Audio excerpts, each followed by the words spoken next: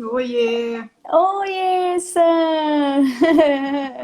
Boa noite, minha amiga. Boa noite, Grazi. Tudo Tudo bem, minha bem? amiga? Deixa eu Tudo, e ajustar aqui. vocês? Como é que vocês estão? Vivendo um dia de cada vez? Com certeza. Vivendo um dia de cada vez. É, precisa, né? Porque senão pra gente não ficar louco, né?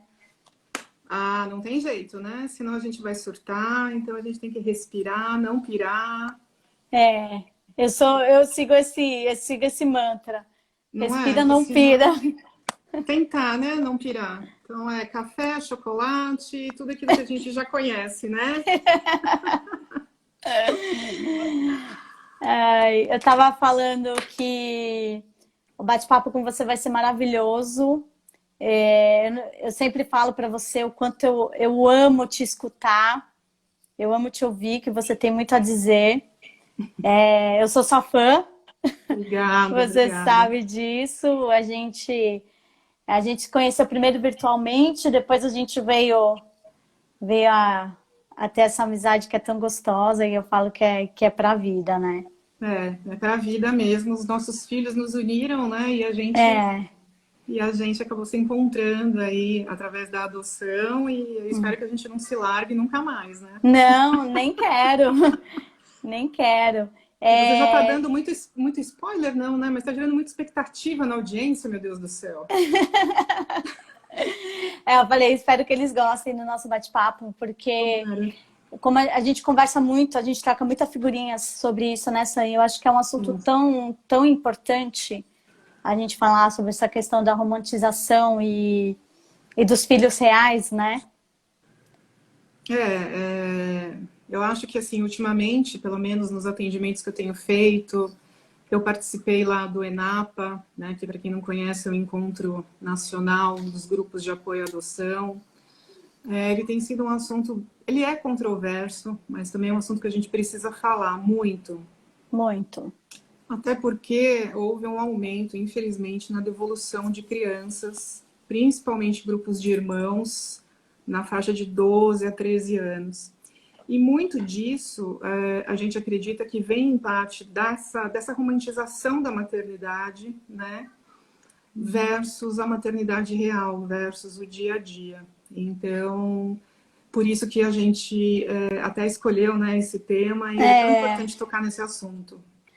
Eu falo que eu não gosto muito de usar a palavra devolução, eu falo que é o retorno da criança ao abrigo, né? Porque eu acho que é muito pesado, mas acontece mais do que a gente imagina, né? Acontece muito mais do que a gente imagina, infelizmente.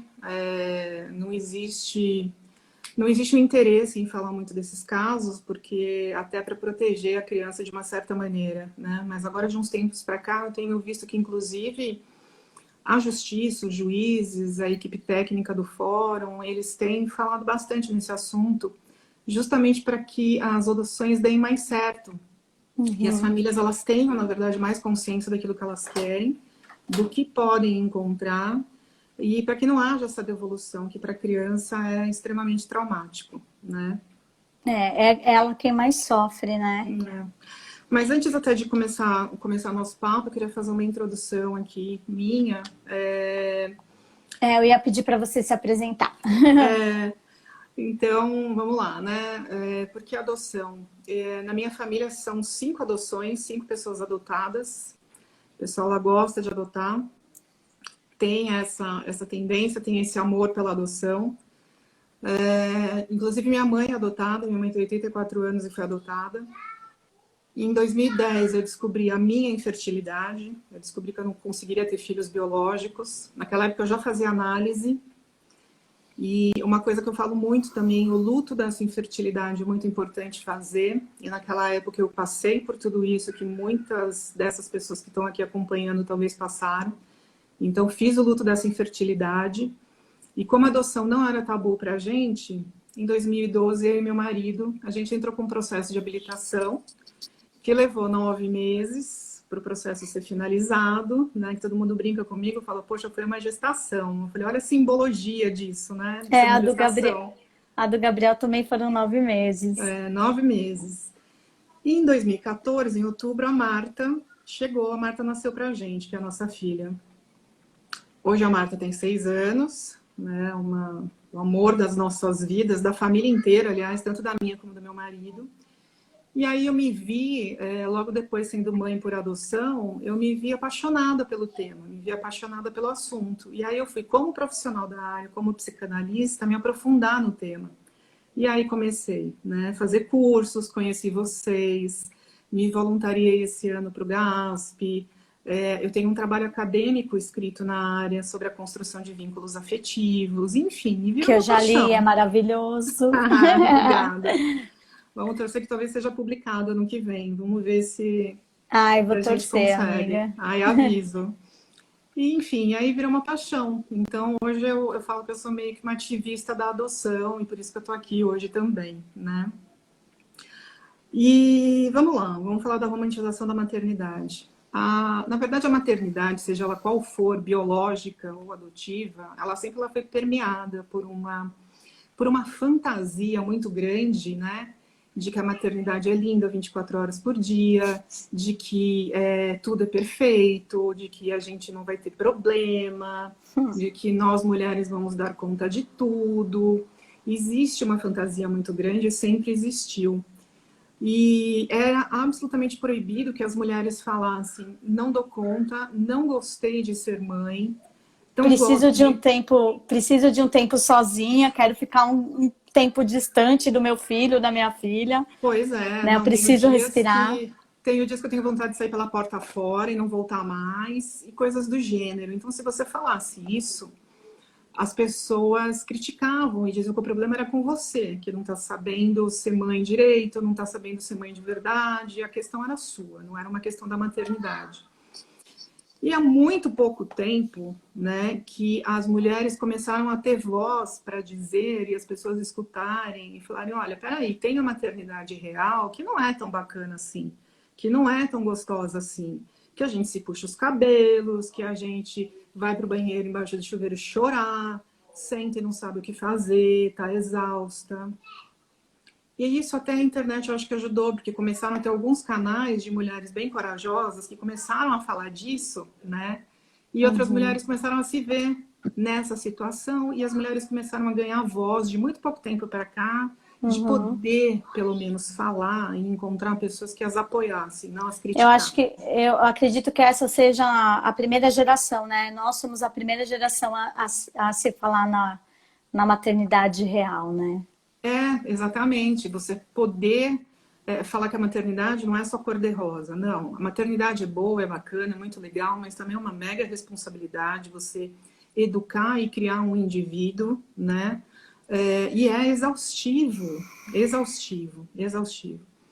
E aí essa maternidade ela vem sendo romanceada até por conta da sociedade patriarcal que a gente tem, né? Onde a mulher ela tem que dar conta de tudo, ela tem que ser mãe, ela não pode não ter filhos porque ela é julgada, ela é execrada e etc. E isso vem vindo, sempre veio. O que acontece com a adoção, do meu ponto de vista? A adoção ainda hoje em dia, a maior parte das adoções, elas são feitas por pessoas que têm problemas de infertilidade ou esterilidade. E essas pessoas já vêm emocionalmente desgastadas, muito desgastadas. Então, ela vem de anos de tentativa, de tratamentos invasivos, porque a maior parte desses tratamentos são invasivos, e muitas frustrações. Então, é frustração em cima de frustração. Uhum. Esse mês, não consegui. Mês que vem, não consegui. E vai indo. E essa pessoa chega na adoção totalmente desestruturada. Então, eu não tenho mais o meu emocional forte. Muitas vezes o financeiro também está quebrado por conta do alto valor das fertilizações in vitro, quem chega até lá.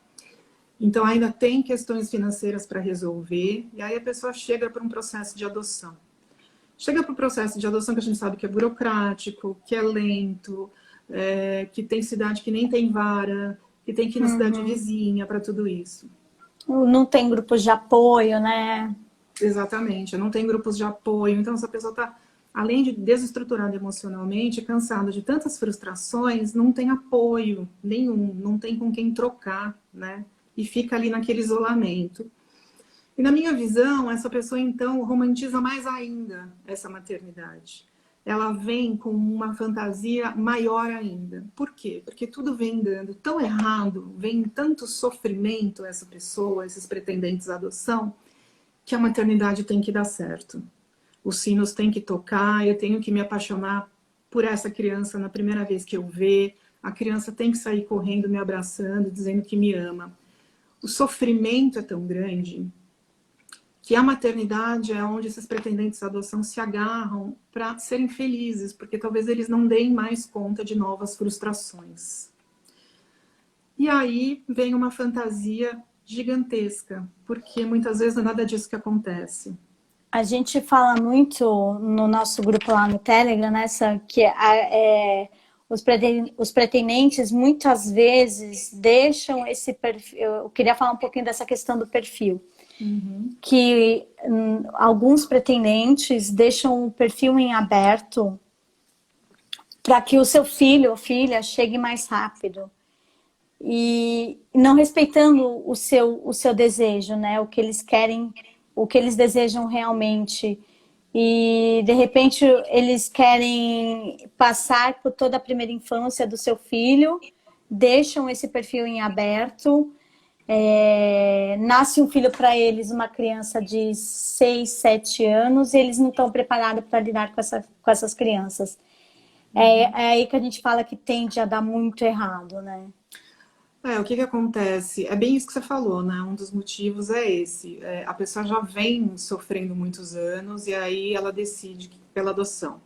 Então ela fala, não, eu quero ser pai, ser mãe rapidamente. E qual que é o perfil que vem mais rápido? Né? O perfil grupo de irmãos na faixa etária de adolescentes. Uhum. E aí, assim, a conversa fica muito rasa, né, entre os pretendentes à adoção. Vamos exemplificar aqui um casal. Essa conversa fica muito rasa, esse casal não aprofunda essa conversa em qual é toda a demanda de um grupo de irmãos, né? Qual é a demanda de um grupo de irmãos que vem através do meio da adoção? Quais são os traumas desses grupos de irmãos? Então, assim, a conversa fica só nisso, né? Eu quero ser pai, quero ser mãe. Vem essa fantasia, né, exacerbada de que vai ser fácil, vai ser tranquilo, porque sempre foi meu sonho, eu vou me dar bem, e é o mais rápido. E aí fica muito rasa a conversa. Uhum. Aí vem o telefone toca. Não é nada daquilo que eles queriam. Nada daquilo que eles queriam. E aí a realidade, ela vem de uma maneira que chega a ser até agressiva. E aí o casal ou a adoção monoparental, eles não estavam preparados para isso, não era o que eles desejavam. E aí as chances de devolução são muito grandes. Porque eles não dão conta de formar um vínculo afetivo com essas crianças. Quando você não forma vínculo afetivo, não é filho. Então, se não é filho, eu posso devolver.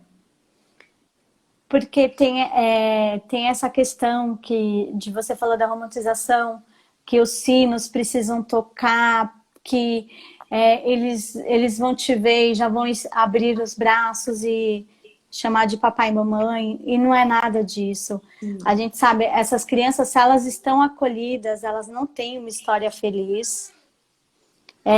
Muitas estão acolhidas desde quando nasceram, outras há mais de 1, 2, 3 anos. Então a gente tem que estar preparado para ajudá-los eu falo muito isso, a significar e ressignificar muitas coisas, né, Sam? Principalmente o amor, né? Porque nós estávamos conversando outro dia essa questão.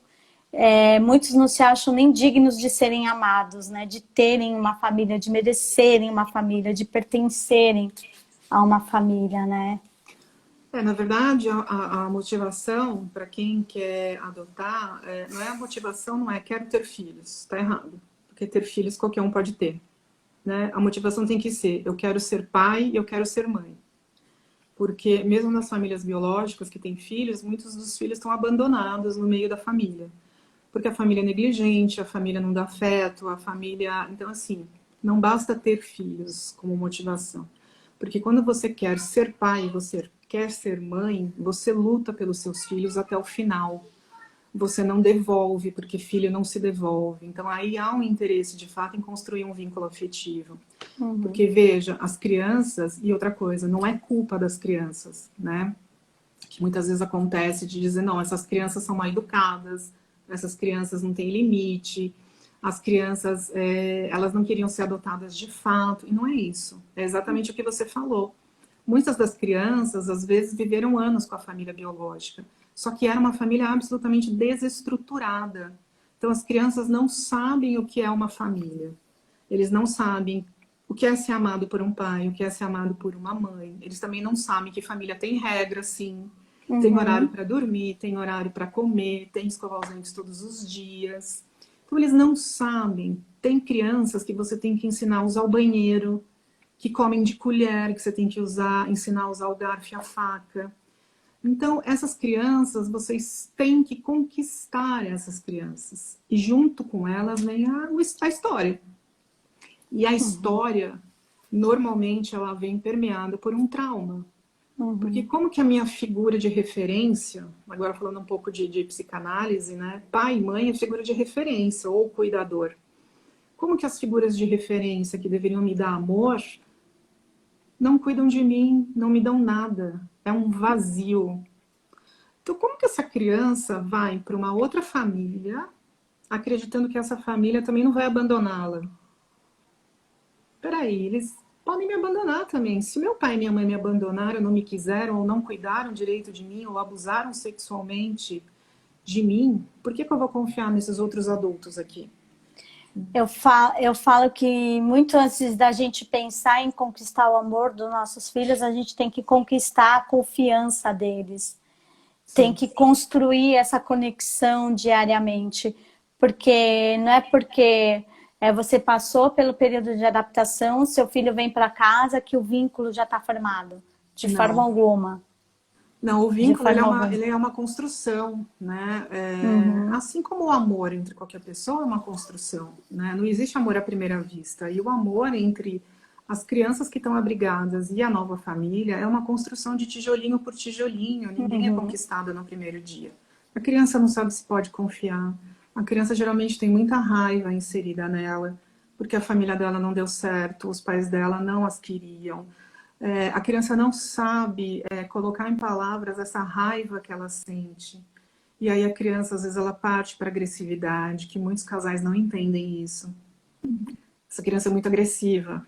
Mas elas não conseguem nomear e administrar esses sentimentos, né? Exatamente, elas são crianças, é diferente do adulto. Para o adulto já é difícil, em consultório, o adulto se aproximar dos seus sentimentos e conseguir verbalizar. Agora, imagina para uma criança que não está ainda madura o suficiente, conseguir verbalizar todos os traumas que ela passou e dizer, eu tenho raiva por conta do que a minha família fez. Ela não consegue fazer essa ligação. E aí, a forma dela expressar essa raiva é a agressividade. Às vezes batendo no irmão, às vezes destruindo a casa, destrói um sofá, destrói os brinquedos que ela ganha. Então não é a criança que é mal criada, essa criança ela tem uma história onde esse trauma precisa ser ressignificado, onde ela precisa entender, que muitas vezes eles entendem também, a culpa nunca é dos pais, a culpa é deles. Então eles acham que eles são ruins. Eu sou uma criança ruim. Então se eu sou uma criança ruim, ninguém vai me amar. Então ele isenta os pais biológicos, por piores que eles tenham sido, e ele acha que a culpa é dele. E aí, eu sou ruim, eu sou ruim, eu sou ruim, então eu vou ser ruim mesmo, né? Então ele tem que ressignificar toda uma identidade. Não, você não é ruim. Não, o que aconteceu com você, você não tem culpa. A gente está aqui para te amar, eu sou sua mãe, sou seu pai, sim, e você até o final. Mas entender, né, que isso vem de um histórico, isso tem um embasamento. E que ser pai e mãe é isso aí, né? Montanha-russa de emoções. Eu falo que é o papel mais desafiador, mais complexo e mais intenso que a gente exerce na nossa vida, né? Com certeza. Imagina você colocar limites numa criança. Você acha que alguma criança gosta de limite? Gosta de ouvir não? É claro que não. Por que a criança adotiva, que vem por adoção, gostaria de ouvir limite? Não quer ouvir limite também. E uma coisa que me falam muito, mas tem a lua de mel e depois por que muda tudo? Né? Primeira fase de, que bom, eu tenho uma família, eu tô tão feliz com a casa nova, normal, né? Essa criança, ela tá em fase de encantamento. Ela conseguiu alguém que a quisesse. tem uma família que a quis, ou os quis, vai para casa, conhece o território, se ambienta. Depois que se ambienta, ela vai começar os testes, os famosos testes que todo mundo fala, né? E vai testar. Deixa eu ver se eu posso confiar em você mesmo. Tudo isso inconscientemente, tá, pessoal? Não é ela fica lá maquinando e fala, não, peraí, que eu vou testar. Tudo isso é inconscientemente. Então ela fala, deixa eu ver se vocês vão me amar mesmo. E vai, assim, até o último limite que ela conseguir atingir desses pais, dessa mãe, desse casal. Porque ela precisa ter essa segurança de que você não vai abandoná-lo de forma alguma. E aí o que acontece? Esse casal ou essa pessoa não se preparou direito. Não frequentou grupo de apoio, não leu nada sobre o assunto, não leu nada sobre comportamento infantil, tá lá com aquela maternidade romantizada. E aí essa realidade cai que nem uma bomba. Esse casal não dá conta. Se ele não foi avisado, se ele não foi preparado, se ele não leu sobre os traumas que as crianças podem ter, né, e que tudo é passível de mudança e muda, e na maior parte das vezes dá certo, falo, não, não é isso que eu quero. Não foi isso que quando eu me candidatei lá na habilitação eu estava esperando. Né? E aí a frustração é total e eles não conseguem dar conta dessa realidade. Então eles falam, não, eu vou abrir mão. E aí a questão do vínculo que a gente estava falando. O vínculo não foi construído. Então, essa criança está lá em teste, esses pais estão lá tentando formar o vínculo, aí bate de frente com essa realidade da agressividade, com essa realidade do vocês não são meus pais. Adolescente, qualquer adolescente fala isso. Vocês não são meus pais, eu queria que outras pessoas fossem meus pais. O adolescente que está abrigado também fala isso, por outras razões, mas também fala. Vocês não são meus pais de verdade. Ele está testando. E, na verdade, quando ele fala isso, vocês não são meus pais de verdade, se ele já está há bastante tempo na família, é muito o contrário. É porque ele já aceitou vocês como pais. Então, é assim, o vínculo é a construção. E tem que ter muita paciência, muita resiliência, né? E muita aceitação de tudo isso. Porque são crianças que passaram por traumas que a gente nem imagina. Não tem nem como mensurar o sofrimento, né? Não tem como mensurar. Uma coisa que até é interessante, né? Mesmo quem adota recém-nascido, quando não há o que o Winnicott fala, né, de mãe suficientemente boa, o Winnicott é um psicanalista e foi pediatra. O que é a mãe suficientemente boa? É a mãe que consegue atender as necessidades básicas do bebê. Né? Então, eu consigo dar alimento, eu consigo dar afeto, eu consigo dar carinho. Quando ele chora, eu consigo entender o que ele está querendo. Quando não é essa mãe suficientemente boa por perto, o bebê ele entra em sofrimento e angústia e afeta até o desenvolvimento cerebral. Então, esse bebê, o que acontece com ele? Ele entra em estado de sobrevivência. Então, ele está sempre em estado de sobrevivência. Eu preciso sobreviver, eu preciso sobreviver. A minha mãe não existe, mas eu preciso sobreviver. Então, existe, assim, afeta o desenvolvimento cerebral. Quando essa criança, ela vai para uma família, no caso dos nossos abrigados, e eu acho isso tão lindo. Ela vai para uma família estruturada, preparada, que está ali dando todo o afeto, todo o amor. Esse cérebro, ele volta a se desenvolver. E essa criança volta para o desenvolvimento normal. Então, a gente às vezes fala, né? Poxa, é o amor, né? O amor. Pode dar o nome que quiser, pode dizer que é o amor, pode dizer o que vocês quiserem. Mas isso é biologicamente comprovado.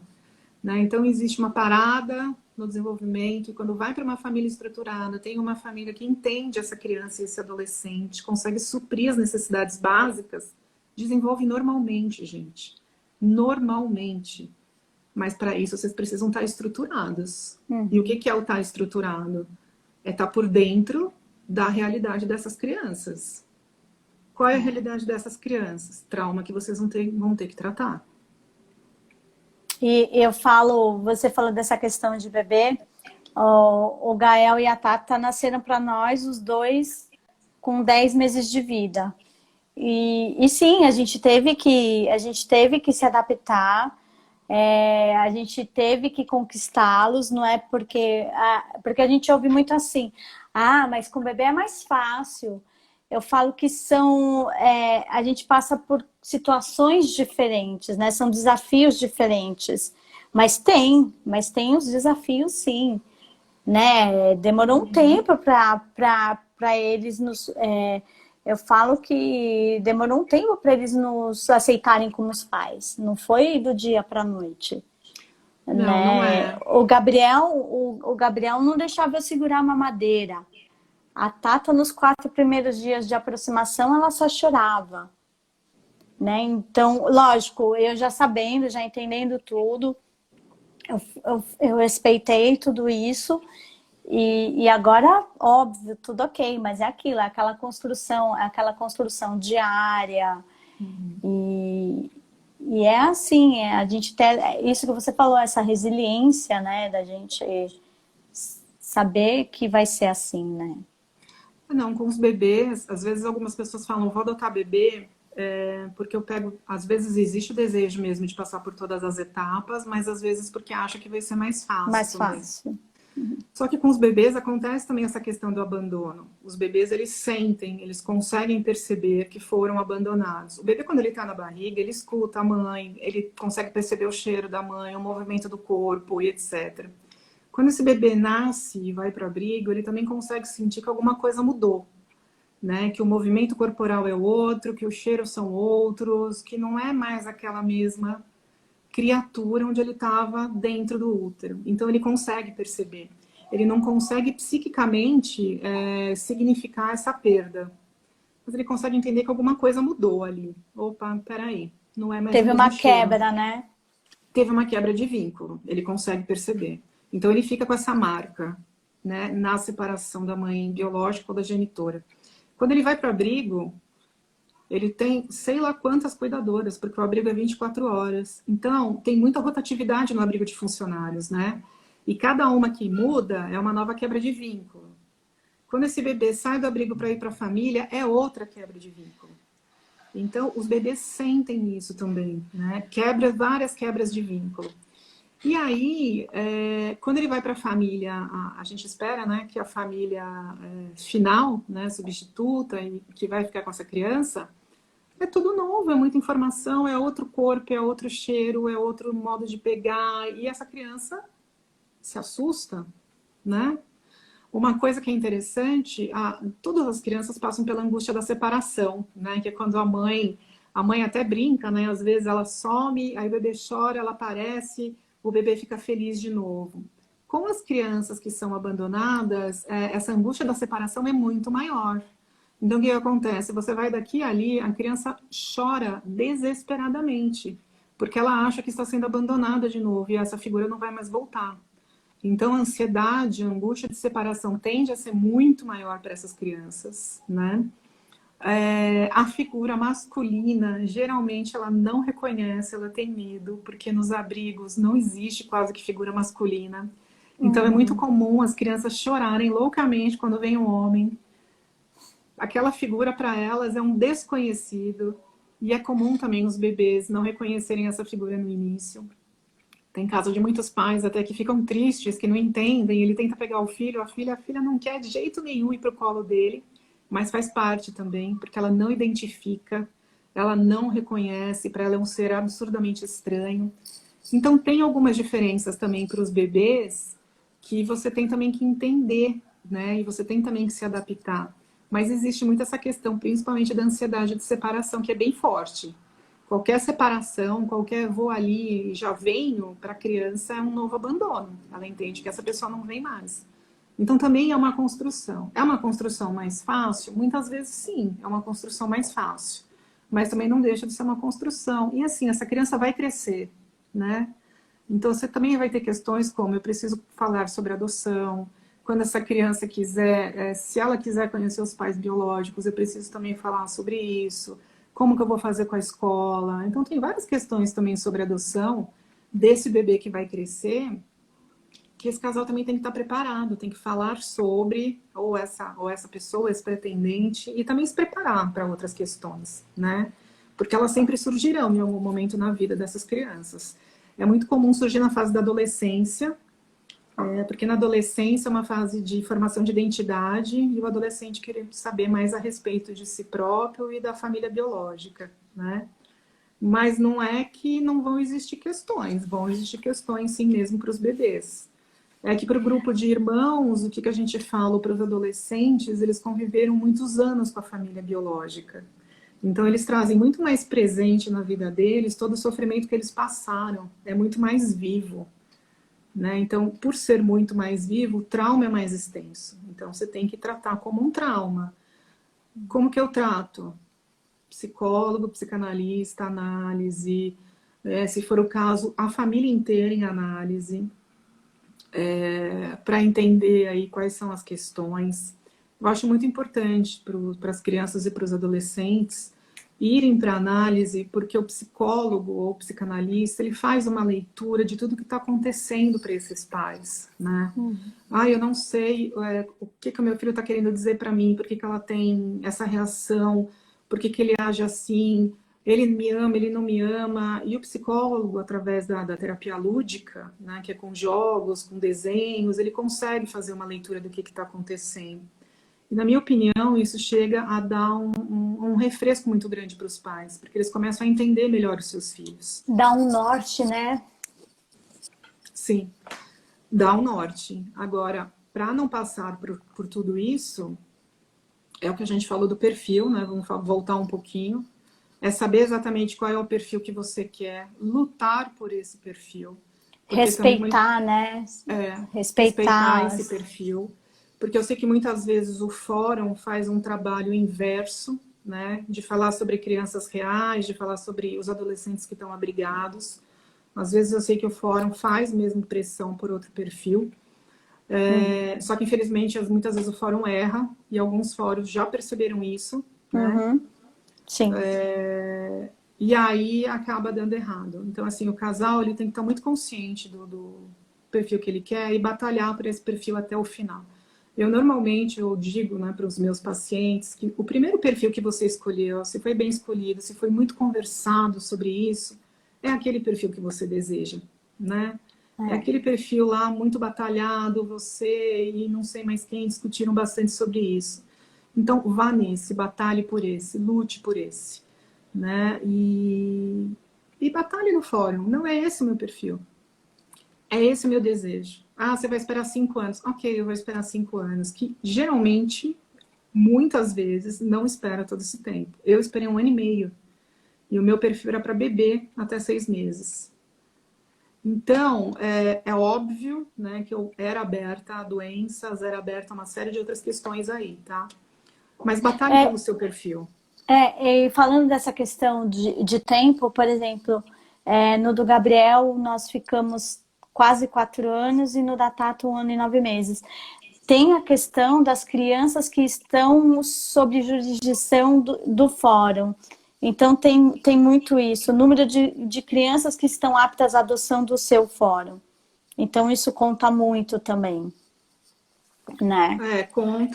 Conta, e eu sei que eles querem arranjar família para essas crianças, claro, né? É muito importante, mas tem que se tomar muito cuidado, né? Porque aí existe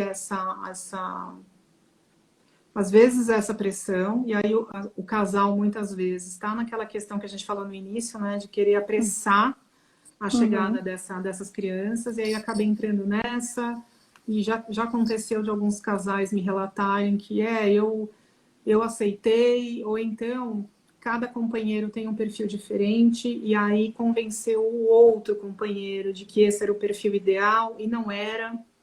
E aí, quando a criança chegou, não dava certo, porque era o perfil que um companheiro só queria, o outro não. Então, assim, isso tem que ser muito bem conversado, né? Porque, de novo, qual é o meu desejo? A gente sabe que filho idealizado não existe, né? Mas a gente idealiza. Então, assim, junta o idealizado com o real. E quem é essa criança? Quem é esse filho? Porque quando a realidade bate, gente, aí é muito complicado. É muito complicado. E não forma vínculo. E não formando vínculo é aquilo que a gente falou. Eu não formei vínculo, eu não tenho amor, não é meu filho. Devolvo. E assim, a criança é a mais afetada nessa situação. né? Não tem como não ser o mais afetado, a mais afetada, enfim, não tem como não ser. E aí, ninguém sabe o que vai acontecer com essa criança depois, né? Mas o que acontece, geralmente, é essa criança, quando tem no abrigo, ela vai para um trabalho psicológico, quando tem, porque nem sempre tem, né? Ela vai para um trabalho psicológico, e aí espera-se de 6 meses a 1 ano ou mais, às vezes, para colocar essa criança de novo para uma possível adoção. Dependendo da idade dessa criança, o juiz escuta essa criança e pergunta se ela quer novamente ser adotada. E, às vezes a criança fala, não quero ser adotada. O adolescente fala, eu não quero mais ser adotado, eu prefiro continuar no abrigo até fazer 18 anos. Porque ele já não acredita mais, né? Aí ele já perdeu todas as esperanças, ele já perdeu a fé no ambiente, a gente fala, né? Para ele o ambiente não é mais seguro, não é mais confiável. Então, muitas vezes é isso que acontece. Só que o trauma já ficou, e o trauma é enorme. Então, assim, o que eu recomendo também para os pretendentes à adoção é que vocês peguem o máximo de informações possíveis que vocês puderem. Eu mudei minha opinião de uns tempos para cá. Eu acho que todo mundo tem que ler livro de pós-adoção, devolução de crianças, ler o que não deu certo, ou os momentos que foram muito difíceis, para ver se você consegue encarar essas coisas, né? Você está disposto a encarar essas coisas? Você está disposto a ter, talvez, crianças que vão vir com certos traumas, talvez você não dê conta. E tudo bem não dar conta, mas esteja consciente disso e não coloque no seu perfil, né? Então, assim, tem livros ótimos de devolução que abordam o tema de uma maneira bem interessante sobre adoção tardia. Eu detesto falar esse termo, mas adoção de crianças mais velhas. Essas nomenclaturas, nossa, né? Ai. São horrorosas. Mas a adoção de crianças mais velhas e os traumas que elas podem vir, né? Porque aí sim é uma adoção responsável, aí sim é uma adoção consciente. É a adoção consciente, né? Eu falo que é melhor um não... É melhor um não... a certeza de um não do que um sim duvidoso, né? Então, exatamente. Se você com seu parceiro, sua parceira, ou seja, uma adoção monoparental, se você acha que não vai dar conta, se você entende que não vai dar conta de alguma situação, não tente, né?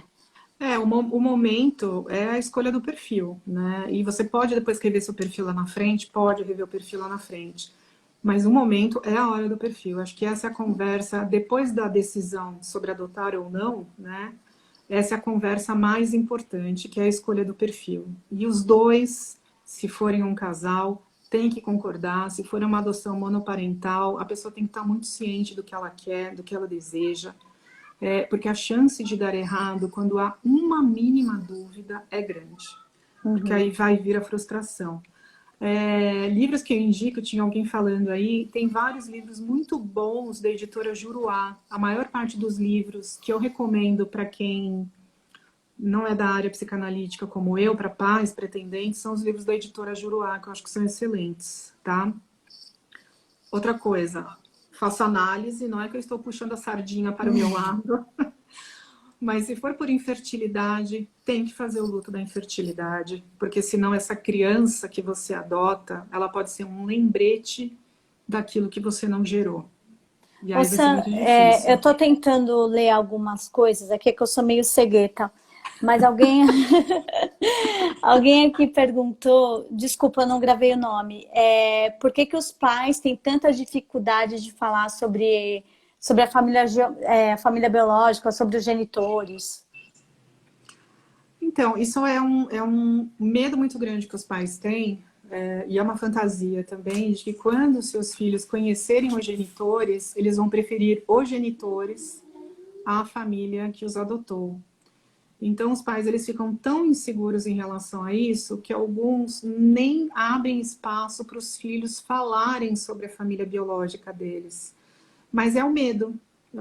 Ele vai conhecer a mãe biológica, o pai biológico, e aí vai querer viver com eles, morar com eles e vai abandonar a gente. E aí, às vezes, alguns têm um sentimento de ingratidão, mas é puro medo, medo. E olha, na maior parte das vezes isso não acontece. Existe uma curiosidade, ponto. A curiosidade foi feita, né, a pessoa foi lá, descobriu a sua origem, ela até pode ter um relacionamento com a família biológica, mas dificilmente, assim, não, eu desconheço realmente alguém que quis ficar com a família biológica e não com a família adotiva. Para ela, digamos que falta ela encaixar um quebra-cabeça da vida dela só para ela poder entender a história dela, né?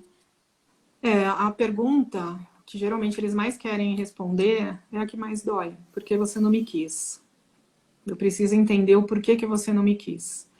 Eu preciso entender o porquê que você me entregou para adoção. E na formação da identidade, dói demais não saber qual é a origem. Mas de onde eu vim? Qual é a minha origem? Eu não puxei a ninguém, né? Eu não puxei meu pai, não puxei minha mãe, eu puxei a quem, então? Será que eu tenho irmãos? Então, assim, eles querem muito formar essa história. Eles precisam saber qual é a história deles. Mas geralmente a pergunta que mais eles querem responder é por que você não me quis? E eles têm esse direito, né? Tem. Eles têm É esse a direito. história, é a história, é a história dos nossos filhos, né? Eu falo que é um direito deles saberem e da gente e de a gente tá lá preparado e acolher eles quando chegar esse momento, né? E dar todo esse apoio.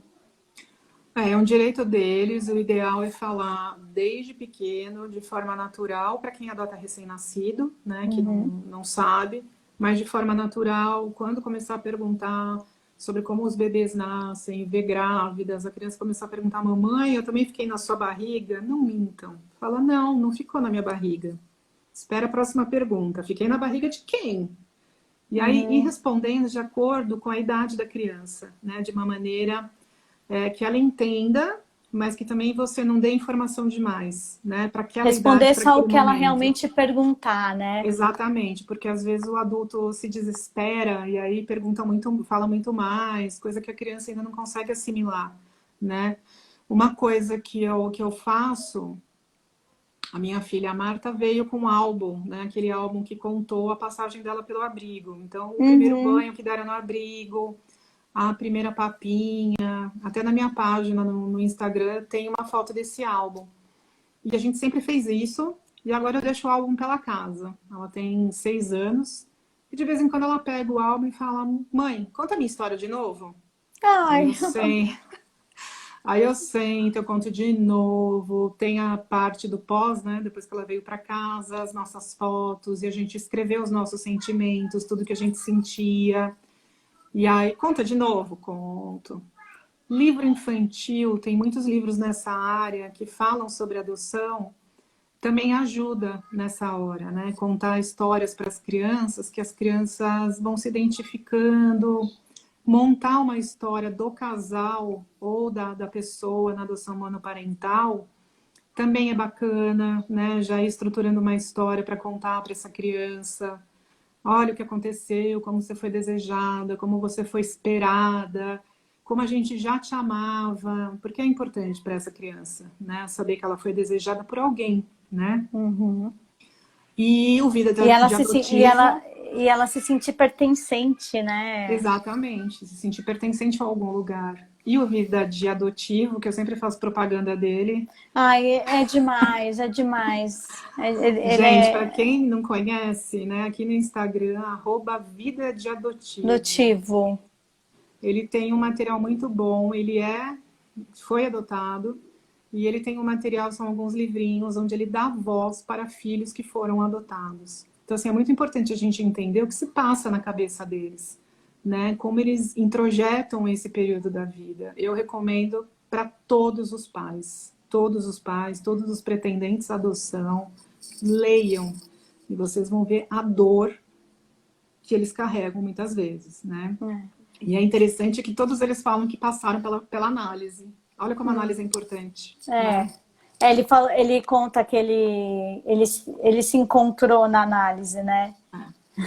Exatamente. Eu falei, virei sua fã já, Alexandre, o nome dele é Alexandre Lucchesi. Mas É. eu já li todas as histórias e eles falam que a análise ajuda muito realmente, né, a resolver essas Uhum. questões, a dar um outro significado para esse abandono e eles conseguirem continuar a vida deles, né? Mas assim, deem muito espaço para as crianças falarem sobre a família biológica. Eles necessitam desse espaço. E quando os pais não dão, ou quando os pais se chateiam, né, e os filhos percebem, eles nunca mais tocam no assunto. Só que não é porque eles estão lidando bem com a situação, é porque eles não querem magoar vocês.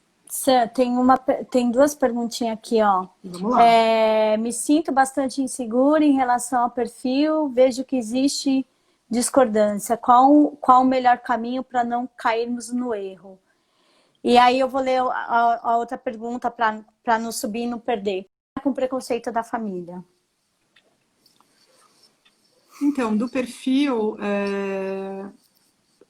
aquele papel é muito complicado, né? Porque é muito frio aquele papel. Parece que você está É. escolhendo realmente uma mercadoria no supermercado, na prateleira. Então, muitas pessoas têm dificuldade de preencher o perfil. Só que veja pelo lado positivo. Você tem esse direito de escolher o seu filho, a sua filha. Não interessa para ninguém qual é o seu perfil, né? Acho que isso é uma coisa que tem que ficar só entre vocês. E ali você tem que abrir seu coração, né? Olha, eu quero uma criança com deficiência porque eu consigo lidar. Eu não quero uma criança com deficiência porque eu não consigo lidar. Para mim, tudo bem ser uma criança negra. Para mim, eu prefiro que ela seja branca, porque é isso que eu consigo dar conta. Abra o seu coração, escute as suas intuições, escute o seu coração, o coração de quem está do seu lado. E esse é o momento de você realizar o seu desejo, né? Conversar muito, né? Alinhar Muito, com o seu muito, parceiro, com a sua parceira, alinhar muito esses desejos, né? muito. E não entrar e não entrar com o processo enquanto esse desejo não estiver alinhado, né? Não, não dá para entrar desalinhado, porque aí você vai atender a um, mas não vai atender o outro. E isso pode, inclusive, abalar o casamento, né? Uhum, Então, assim, os dois têm que estar de comum acordo. É difícil? É. Às vezes há discordância? Há. Mas aí, assim, quem vai ceder? Porque casamento também muitas vezes é ceder, né? Quem cede no quê? Então, é uma comunhão, na verdade, ali de desejos que vão se encontrar e vocês vão respondendo. Não tenham pressa em responder esse formulário é muito importante. E eu acho que tem que ser discutido item a item, praticamente, né? Busquem ajuda, às vezes os grupos de apoio e adoção ajudam. A psicóloga e assistente social do fórum ajudam muito. uhum, Na maior parte das vezes você preenche com a psicóloga, ela te ajuda. Mas tem que ser um momento, assim, de muita calma, né? E acho que escutar muito o coração de vocês. uhum. Preconceito na família, né? A Ô, sugestão que Sam, eu dou... desculpa, Fala, eu só vou te falar outra pergunta para não subir e não tá. perder, para a gente ir no respondendo. O que devemos fazer se sabemos que a história que eles viveram com a família biológica é bem diferente desse conto de fadas que eles relatam? Aí só pra gente não, só pra gente a pergunta não subir e não perder. Tá. Então, preconceito na família, o que eu aconselho, tá? É envolver, se vocês acham que tem espaço, envolve a família nisso. Sugere assistir filmes sobre adoção, sugere levar nos grupos de apoio à adoção. Tem muitas famílias que levam os avós, né, para os avós conhecerem. Eu acho que aproximar a família desse universo da adoção é uma boa ideia. Não vou dizer que o preconceito vai sumir, tá? Uhum, Eu tenho um caso na minha família que o preconceito existia e o preconceito foi até o final. Era um preconceito velado, mas como uhum, todo o restante da família, e era a maioria, amava essa criatura, então o preconceito ele foi diminuindo, diminuindo, diminuindo e acabou que praticamente sumia. Mas envolva a família, né, no assunto, envolva a família no tema e tenta trazer. é, Muitas vezes uma coisa que pode acontecer é depois que a criança chega, todo mundo se apaixonar e serem os uhum. avós, tios, padrinhos mais babões do mundo, do mundo. Mas como a gente não tem certeza disso, tenta envolver no tema, tá? Eu falo que cada etapa que a gente conquistava, a gente ia contando. Né? Olha, hoje a gente fez a entrevista, olha, hoje a gente. Não, nós recebemos habilitação. Então, a gente ia comunicando, pelo menos nós, né? A gente ia comunicando cada etapa que a gente conquistava do processo. Não tem jeito, né? Preconceito pode existir. E aí os pais vão ter que aprender a lidar com preconceito se quiserem adotar mesmo, né? E eu acho que tem muito que proteger a criança, porque assim, é mais uma coisa difícil para a criança lidar ou adolescente, e às vezes vai ter que lidar com mais essa questão do preconceito. Às vezes não tem jeito. Como lidar com a história passada, né, pregressa da criança quando ela é difícil, pelo que eu entendi, né? Muito difícil. Parece que ela falou quando a criança fantasia, né? Que não, ela conta coisas que não aconteceram. Então, acho que assim, primeira coisa, vocês como pais, vocês também são meio psicólogos, né? Então escute a verdade da criança. Aquilo é verdade para ela. Tem uma fase da criança que dura mais ou menos até os 6, 7 anos, em que as crianças estão no mundo da fantasia. Então, precisaria ver a idade dessas crianças, tá? As crianças até essa idade fantasiam demais, gente. Tem pai que fala, tá mentindo, a criança mente. Nem sempre. São mais velhas. Tá? As crianças são mais velhas. Então, assim, eu recomendo, se as crianças são mais velhas, você escutar e tentar buscar ajuda de quem possa ressignificar isso, de quem possa dar o significado disso, aliás. Porque se elas estão fantasiando, pode ser uma coisa. A realidade delas é tão dura que elas contam uma fantasia que é melhor para elas lidarem. Porque elas não conseguem entrar em contato com a realidade, tá? Mas a gente não sabe se é isso mesmo. Então, o melhor é buscar ajuda, colocar num psicólogo e ver. Mas normalmente é isso. A realidade é tão difícil que ela inventa uma outra história para ela mesma, que é a história que ela consegue lidar naquele momento. E isso pode ser um pouquinho complicado, porque às vezes, quando você entra no mundo da fantasia, você acaba não querendo sair dele. E a gente precisa aprender a lidar com a realidade também, né? Então eu acho importante buscar ajuda psicológica. E não é de propósito que ela faz isso, né? De maneira Não. inconsciente. É sobrevivência. É sobrevivência, né? Assim, para eu conseguir sobreviver, eu não consigo lidar com a minha história real. Então eu vou contar uma outra história e ela acredita tanto naquela história que passa a ser verdade. Passa a ser verdade, né? Passa a ser verdade. Então é bem, bem complicado, né? Aí acho que precisa de psicólogo mesmo, fazer, ou psicanalista infantil. Gente, valores, né? Universidades que têm o curso oferecem, tá? Por um preço bem mais barato. Quem tem convênio, tem no convênio, ou se não, vai no SUS, procura no SUS, demora um pouco mais, mas tem. E tem muitas clínicas sociais. Em São Paulo tem várias clínicas sociais, eu atendo numa aqui na Vila Mariana, além do meu consultório particular. E tem muitas pessoas que agora, na quarentena, estão fazendo atendimento gratuito. Então, procurem na internet, busquem, não deixe que o dinheiro seja um impeditivo para vocês, porque a alternativa tem, tá? Mais perguntas aí, Grazi? Como que a gente tá? Já vai acabar, acho também, né? Então, nós temos 5 minutos. É porque a live cai do nada, né? Cai, de repente ela desaba. Qual a melhor forma para contar para a criança? Isso que a gente falou, né? Contar de forma que ela entenda, a partir da curiosidade dela, né? A partir da curiosidade dela mesmo, deixa ela demandar, deixa ela perguntar, né? Que é aquilo que a gente deu exemplo. Às vezes, vou dar um outro exemplo que tem acontecido muito. Vem da escola aquele trabalho fatídico, né? Ai, mande uma foto da sua mãe grávida. Não existe, né? E aí, mamãe, nasci na sua barriga, aí vai vir a pergunta. E aí é a hora de você falar, não, você não nasceu na minha barriga, mas falar de uma forma com muito afeto, com muito amor. Às vezes aparece uma professora grávida na escola, que também é muito comum, gente, é a vida, né? Aí chega em casa a criança falando, mamãe, a professora tá grávida, tem um bebê na barriga dela. Eu também fiquei na sua barriga? É hora de também falar. Não, você não nasceu na minha barriga, você nasceu na barriga de uma outra moça, ponto final. Ah, que moça?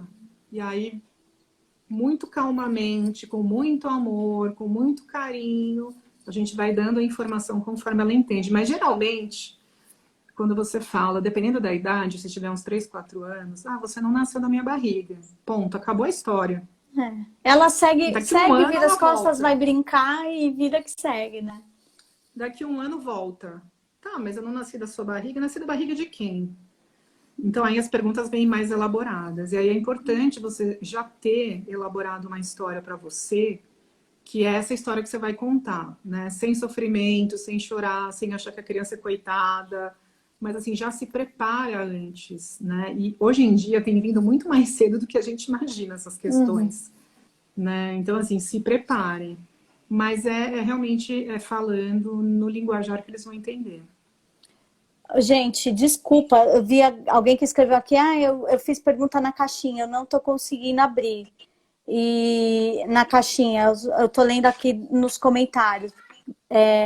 A última pergunta, e qual o limite entre educar, ser firme, ser tolerante às malcriações, compreendendo ser resultado do vivido anteriormente? É muito difícil essa questão, né? Porque assim, eu não sei sobre exatamente o que a criança está fazendo, o que exatamente ele está falando, né? Mas assim, falar em agressividade, quando a criança ela vem com um trauma muito grande, é olhar com muita atenção para isso, né? E às vezes tudo que essa criança quer é afeto, tudo que essa criança quer é amor, mas ela não sabe expressar, ela não sabe dizer. Eu preciso ser amado, eu preciso que você me ame e você esteja comigo apesar de tudo. Eu Então, falo, antes de qualquer coisa, pensar nesse aspecto, analisar esse aspecto. eu falo muito só que a gente tem que estar muito atento em ler os nossos filhos, em literalmente ler, para a gente entender o que é uma bagagem que ele trouxe com ele, da história dele, de algum trauma, alguma coisa, ou se é mesmo uma questão do desenvolvimento infantil, né? Então, Sim, sim, né? pode ser. Ai, faltam. Aqui já tá dando aqui pra mim, faltam 2 minutos. Sam, a gente vai precisar. A Ah, gente vai precisar marcar outra. com certeza, eu topo. Tem como a gente pegar essas perguntas, Grazi, e responder Eu, depois? eu, eu acho que tem. Eu vou tentar pegar. Se Então, não, a gente, gente pode marcar uma outra live, eu abro uma outra caixinha para tá. as pessoas deixarem. Então, eu vou combinar o seguinte com vocês. Se a gente conseguir pegar as perguntas, eu respondo individualmente, tá? As perguntas das caixinhas eu tenho anotado e eu vou responder individualmente também, tá, pessoal? Mas de qualquer maneira, obrigada. Quando eu fiz o post da live, eu deixei o seu Insta Uhum. para falar como que a gente te acha, Sam. Eu tenho lá o @psicanalista Sandra Quintino. Vocês podem me achar lá também, se quiserem fazer perguntas lá. Geralmente eu coloco alguns posts. É uma página só sobre adoção. E estou à Gente, por disposição, favor, gente. sigam. Vai no post que eu fiz da nossa live, tem o arroba dela lá. Gente, por favor, sigam. É muito conteúdo e eu falo que eu não tenho o que dizer, eu sou só fã, Sam. Eu Obrigada. Sou fã de amo te vocês ouvir. também. Eu Eu sou fã amo de te vocês ouvir. também. Obrigada pela oportunidade, Grazi, Wagner, que hoje não pôde estar aqui com a gente.